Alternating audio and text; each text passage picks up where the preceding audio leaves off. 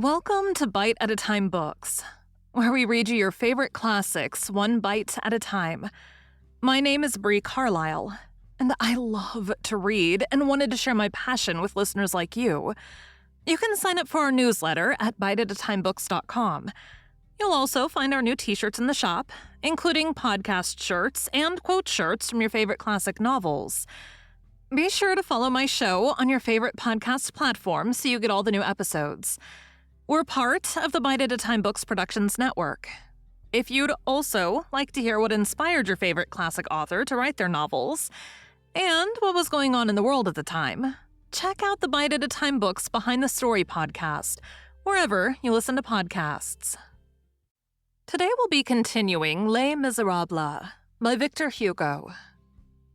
Book 10th, the 5th of June, 1832. Chapter 1. The Surface of the Question. Of what is revolt composed? Of nothing and of everything. Of an electricity disengaged, little by little. Of a flame suddenly darting forth. Of a wandering force. Of a passing breath.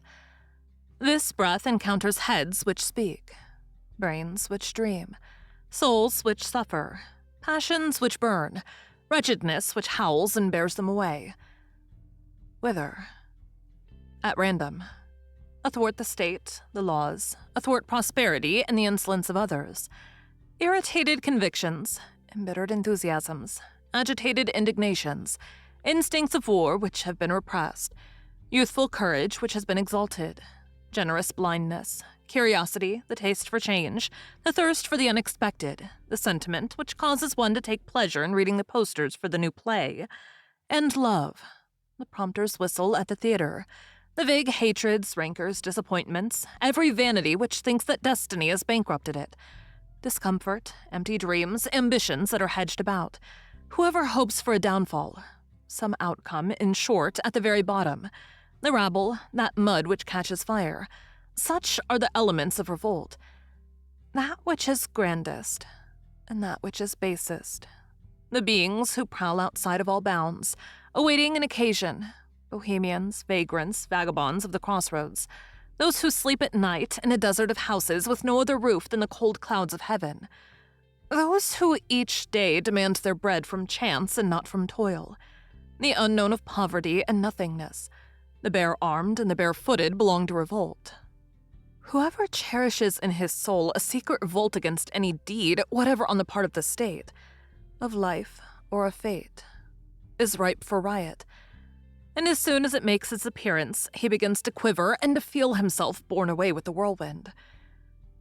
Revolt is a sort of waterspout in the social atmosphere which forms suddenly in certain conditions of temperature, and which, as it eddies about, mounts, descends, thunders, tears, raises, crushes, demolishes, uproots, bearing with it great natures and small, the strong man and the feeble mind, the tree trunk and the stalk of straw. Woe to him who bears it away as well to him whom it strikes. It breaks the one against the other. It communicates to those whom it seizes an indescribable and extraordinary power. It fills the first comer with the force of events. It converts everything into projectiles. It makes a cannonball of a rough stone and a general of a porter. If we are to believe certain oracles of crafty political views, a little revolt is desirable from the point of view of power. System. Revolt strengthens those governments which it does not overthrow. It puts the army to the test. It consecrates the bourgeoisie. It draws out the muscles of the police. It demonstrates the force of the social framework. It is an exercise in gymnastics. It is almost hygiene. Power is in better health after a revolt, as a man is after a good rubbing down. Revolt 30 years ago was regarded from still other points of view.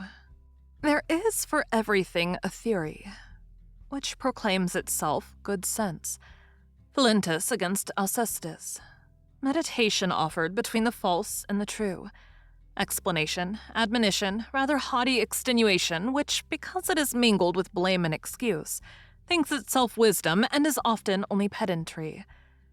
A whole political school called the Golden Mean has been the outcome of this. As between cold water and hot water, It is the lukewarm water party.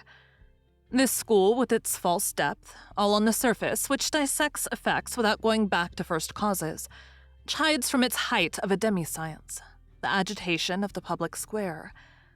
If we listen to this school, the riots which complicated the affair of 1830 deprived that great event of a portion of its purity.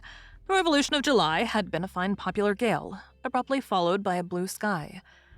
They made the cloudy sky reappear. They caused that revolution, at first so remarkable for its unanimity, to degenerate into a quarrel.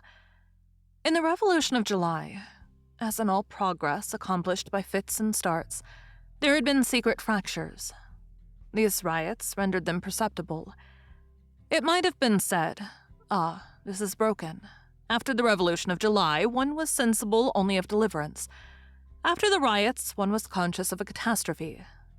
All revolt closes the shops, depresses the funds, throws the exchange into consternation, suspends commerce, clogs business, precipitates failures. No more money, private fortunes rendered uneasy, public credit shaken, industry disconcerted, capital withdrawing, work at a discount, fear everywhere, countershocks in every town. Hence, goals. It has been calculated that the first day of a riot costs France 20 millions, the second day 40, the third 60. A 3 days uprisal costs 120 millions. That is to say, if only the financial result be taken into consideration, it is equivalent to a disaster, a shipwreck or a lost battle, which should annihilate a fleet of 60 ships of the line. No doubt historically uprisings have their beauty. The War of the Pavements is no less grandiose and no less pathetic than the War of Thickets. In the one, there is the soul of forests. In the other, the heart of cities. The one has Jean Chouan. The other has a Jean. Revolts have illuminated with a red glare all the most original points of the Parisian character. Generosity, devotion, stormy gaiety. Students proving that bravery forms part of intelligence. The National Guard invincible. Bivouacs of shopkeepers, fortresses of street urchins, contempt of death on the part of passers-by. Schools and legions clashed together. After all, between the combatants, there was only a difference of age. The race is the same. It is the same stoical men who died at the age of 20 for their ideas, at 40 for their families. The army, always a sad thing in civil wars, opposed prudence to audacity. Uprisings, while proving popular intrepidity, also educated the courage of the bourgeois. This is well. But is all this worth the bloodshed? And to the bloodshed add the future darkness. Progress compromised, uneasiness among the best men, honest liberals in despair, foreign absolutism happy in these wounds dealt to revolution by its own hand.